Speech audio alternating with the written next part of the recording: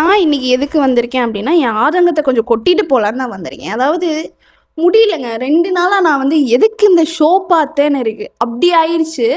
And இப்ப வந்து ரீசென்ட்டா அந்த பிக் பாஸ் காமன் மேன் ஷோன்னு ஒரு ஷோ போயிட்டுருக்கு.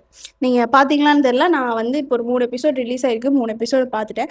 ஃபர்ஸ்ட் எபிசோடே நமக்கு வந்து ஏன்டான சம்திங் எவ்ரிதிங் இஸ் அன்னெசசரி அப்படின்னு ஃபீல் ஆகுது.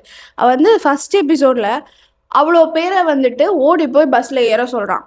ஏறி அதில் வந்து அந்த அடிச்சு புடிச்சு ஏறுறாங்க. அதை பார்த்தா நமக்கே பயமா இருக்கு. ஏதோ ஸ்டாம்பீட் எதாவது ஆயிருமோ, யாருக்காவது எதாவது ஆயிருமோன்ட்டு. பட் உள்ள போனதுக்கப்புறம் சொல்லலாம், இல்லை இது டாஸ்க் இல்லை, இது பஸ்க்குள்ள இனி நீ 2 ஹார் 3 ஹார் சஃபகேட் ஆனாலும் நீ இருக்கணும், அதான் டாஸ்க்னு. அப்புறம் எதுக்கு இவ்வளோ கஷ்டப்பட்டு ஏற சொன்னேன். சரி விடு, அதையும் விடு. ஃபர்ஸ்ட் எபிசோட் என்னெல்லாமோ பண்ணி யாரையோ ஒருத்தரை செலக்ட் பண்ணாங்க, ஒருத்தங்களை ரிஜெக்ட் பண்ணாங்க. ரீசனும் வந்துட்டு எதுக்கு செலக்ட் பண்ணுறீங்க, எதுக்கு ரிஜெக்ட் பண்ணுறீங்கிற ரீசனே ஒரு மாதிரி சம்மந்தமே இல்லாமல் தான் இருந்தது. அவங்களுக்கு வந்து டாஸ்க் கூட கொடுக்கல. அவங்களுக்கு வந்து அவங்கள ப்ரூவ் பண்ணுறக்கோ அப்படின்ட்டு. சரி, நெக்ஸ்ட் டேவாவது கொஞ்சம் ஓகேவா இருக்கும்னு பார்த்தா நெக்ஸ்ட் எபிசோட் வந்து வேர்ஸ்ட், ரொம்ப வேர்ஸ்ட். எனக்கு அதுலேயும் வந்து 2 கண்டஸ்டன்ட் வந்து என்னை வந்து எனக்கே ஐ ஃபெல்ட் ஸோ பேட். ஐயோ நான் ஃபீல் ஆயிடுச்சு.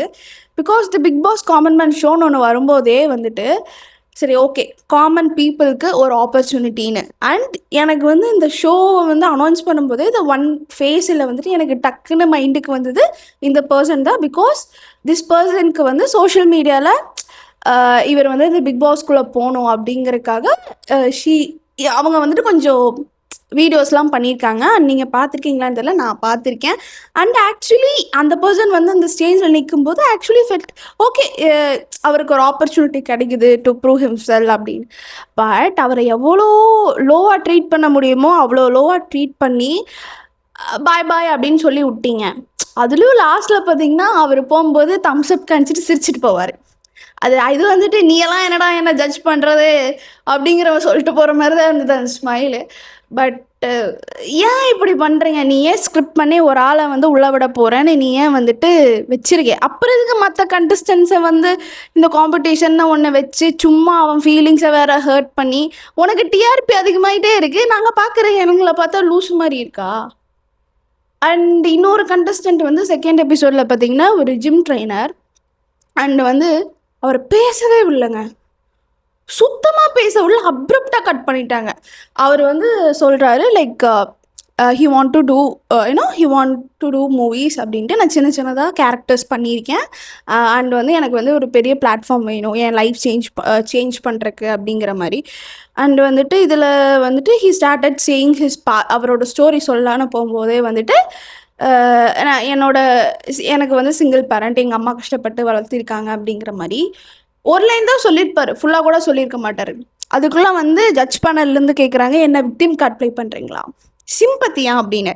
எனக்கு அது எப்படி நீ யார் வந்து கேட்குறக்கு விக்டிம் கார்ட் ப்ளே பண்ணுறீங்களா அப்படின்ட்டு. நீ ஒரு சூழ்நிலையிலேருந்து வந்திருப்பான், அவங்க ஒரு சூழ்நிலையிலேருந்து வந்திருப்பாங்க. ஒவ்வொருத்தருக்கும் ஒவ்வொரு விதமான கஷ்டங்கள் இருக்கும். நீ இப்போ என்னை பற்றி என்னோட ஸ்டோரி சொல்லுன்னு கேட்டாலும் எனக்கு என்னோட கஷ்டத்தை தான் நான் ஃபஸ்ட்டு சொல்லுவேன். எல்லாருமே அப்படி தான். எல்லாருமே அங்கே டாப்பில் வந்துட்டு அப்படி அவ்வளோ ஈஸியெல்லாம் போக மாட்டாங்க. ஒவ்வொருத்தருக்கும் ஒவ்வொரு விதமான வலி வேதனைகள் இருக்கும். அதை ஜட்ஜ் பண்ணுறதுக்கு நீ யார்? விக்டிம் கார்டு, ஐயோ அதாவது it it keeps triggering me அந்த வேர்டு எனக்கு. அதுவும் அந்த பர்சன் வந்து ரொம்ப ஹம்பிளாக he try to say like what he want to do அப்படின்னு. பட் அதை சொல்லவே உள்ள என் லைஃப்பை சேஞ்ச் பண்ணணும், லைஃப்பை மாறணும்னு நினைக்கிறேன். அங்கேருந்து ஆரிதான் கேட்டாருன்னு நினைக்கிறேன், என்ன மாறணும், என்ன லைஃப்பை மாறணும்னு நினைக்கிறேன், என் நெக்ஸ்ட் ஸ்டெப்புக்கு போகணும்னு நினைக்கிறேன் அப்படின்னா என்ன மாறணும்னா அது என்ன கொஸ்டின்? அது என்ன மாறணும்னு என்னங்க கொஸ்டின்? அதாவது போன சீசன் வரைக்கும் நம்ம எல்லாத்துக்குமே தெரியும், பிக் பாஸில் வந்து வரவங்க வந்து ஓரளவுக்கு எஸ்டாப்ளிஷ்டு ஃபேஸஸ் தான். எங்கேயாவது அவங்கள நம்ம பார்த்துருப்போம். அண்ட் அவங்கக்கிட்ட போய் கேட்டாலும் எதுக்காக பிக் பாஸ் வரீங்கன்னு கேட்டாலும் காலங்காலமாக வந்து சொல்கிறது, நான் வந்து என் கெரியரை வந்துட்டு நெக்ஸ்ட் ஸ்டெப்புக்கு போகணும், நான் வந்துட்டு யாருன்னு கண்டுபிடிக்கணும் அப்படி இப்படின்ட்டு சேம், அதாவது என் வாழ்க்கையில் முன்னேறணும் அப்படிங்கிற மாதிரி பதில் தான் திரும்ப திரும்ப திரும்ப சேம் ஃபார்மேட்டில் டிஃப்ரெண்ட் ஃபார்மேட்டில் 9 சீசன்லேயும் வரும். அதை உங்களால் ஏற்றுக்க முடியுது. ஆனால் ஒரு காமன் மேன் வந்து சொல்லி என் லைஃப்பை மாற்றணும், அந்த ஸ்டேஜ் எனக்கு ஹெல்ப்ஃபுல்லாக இருக்குன்னு சொல்லும்போது அதை சொல்லக்கூட விடாமல் அவரை எவ்வளோ லோவாக ட்ரீட் பண்ண முடியுமோ ட்ரீட் பண்ணி அனுப்பி விட்டீங்க. Oh my God!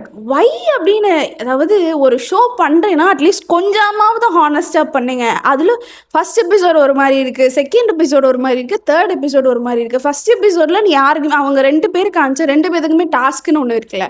செகண்ட் எபிசோட்ல டாஸ்க் வித்தியாசமா இருந்துச்சு. தேர்ட் எபிசோட்ல வந்துட்டு 2 பேத்த செலக்ட் பண்ணாங்க. 2 பேத்த செலக்ட் பண்ணதுக்கு வந்து ஒருத்தர செலக்ட் பண்ணது ஐ ஃபெல்ட் சரி ஓரளவுக்கு பரவால்ல அப்படிங்கிற மாரி. இன்னொருத்தர வந்து எதுக்கு செலக்ட் பண்ணீங்க அப்படிங்கிறத எனக்கு இனியும் புரிஞ்சுக்க முடியல. ஓரளவுக்கு ஒருத்தருக்கு வந்து பொட்டன்ஷியல் இருக்கு அப்படிங்கிறத அப்படின்னு அவங்க வந்துட்டு அவங்களுக்கு தெரிஞ்சிருச்சு அப்படின்னா, இவங்கள வந்து அப்ரப்ட்டா நம்ம வந்து ரிஜெக்ஷன்னு குடுத்தா கண்டுபிடிச்சுருவாங்க. இது ஸ்கிரிப்டட் அப்படின்னு சொல்லிட்டு ஆன் ஹோல்டுன்னு ஒரு கார காமிச்சிறான். இவனுக்கு வந்து டேலண்ட் இருக்கு. இவன் நல்லா காமெடி பண்றான். இவன் நல்லா பேசுறான். He or she is bold அப்படிங்கிற மாரி தெரிஞ்சா, நீ வந்து ஸ்கிரிப்ட் பண்ணிட்ட. நீ ஆல்ரெடி உள்ள போகுது அப்படின்னு வந்துட்டு டிசைட் பண்ணிட்ட. ஐ மீன் எதுக்கு எனக்கு தெரிஞ்சு நெக்ஸ்ட் ப்ராசஸ்லேயே இந்த ஆன் ஹோல்டு பீப்புளை எப்படி உள்ளே போவாங்களா அதுவும் ஹானஸ்ட்டாக இருக்குமான்னு எனக்கு தெரியல. பட் 2 நாளாக இந்த 2 எபிசோடை பார்த்து எனக்கு ஐ ஃபில்ட் என்னடா அப்படின்ட்டு ஒரு ஒரு ஷோ நம்ம வந்து ஆல்மோஸ்ட் 10 சீசன்ஸ் ஆயிடுச்சு. அவ்வளோ கிரேஸ் அவ்வளோ பாப்புலரான ஒரு ஷோவை நம்ம வந்துட்டு நம்பி பார்க்குறோம். மோஸ்ட் ஆஃப் த டைம்ஸ் வந்து அது ஸ்கிரிப்டட் அப்படின்னு ஒரு யூனோ அப்படி ஒரு பாயிண்ட் ஆஃப் வியூன்னு ஒரு நிறைய பேத்துக்கு இருக்குது இல்லைங்க, பிக் பாஸ் வந்து ஸ்கிரிப்டட் அப்படின்னு. பட் எனக்கு பர்சனலாக வந்து என்னதான் இருந்தாலும் அங்கே ஒரு பாயிண்ட்டுக்கு மேலே எவ்வளோதான் நீ நடிப்ப, ஒரிஜினல் ஃபீலிங்ஸ் வெளியே வந்து தான் ஆகும். ஆனால் இந்த பிக் பாஸ் காமன் மேன் ஷோவில் பச்சையாக தெரியுது நீ ஸ்கிரிப்டடு தான் அப்படின்னு. இதை பார்த்தாலே வந்துட்டு பிக் பாஸ் பார்க்குற மாதிரி எனக்கு இப்போ இருக்குது. பிக் பாஸ் உண்மையாகவே போயிடுச்சுங்க. இதுக்கு அந்த செகண்ட் லவ் ஷோ பரவாயில்ல. ஜியோ ஹாட்ஸ்டாரில் செகண்ட் லவ்னு ஒரு ஷோ இருக்குது. அது அங்கங்கே அப்பப்போ இல்லை ஓரளவுக்கு மொக்கையாக தான் இருக்குது. பட் இந்த ஷோக்கு அந்த ஷோ எவ்வளவோ பரவாயில்ல. எனக்கு தெரில. எனக்கு இது வந்து இந்த இந்த 2 எபிசோட் என்ன ஒரு மாதிரி ரொம்ப ட்ரிகர் பண்ணிடுச்சு. அதனால் I just want to burst it out. அதனால் நான் பண்ணிட்டேன். அவ்வளோதான். டாடா பாய். வேறு எது எபிசோடில் வேறு ஏதாவது பேசி நான் வரேன்.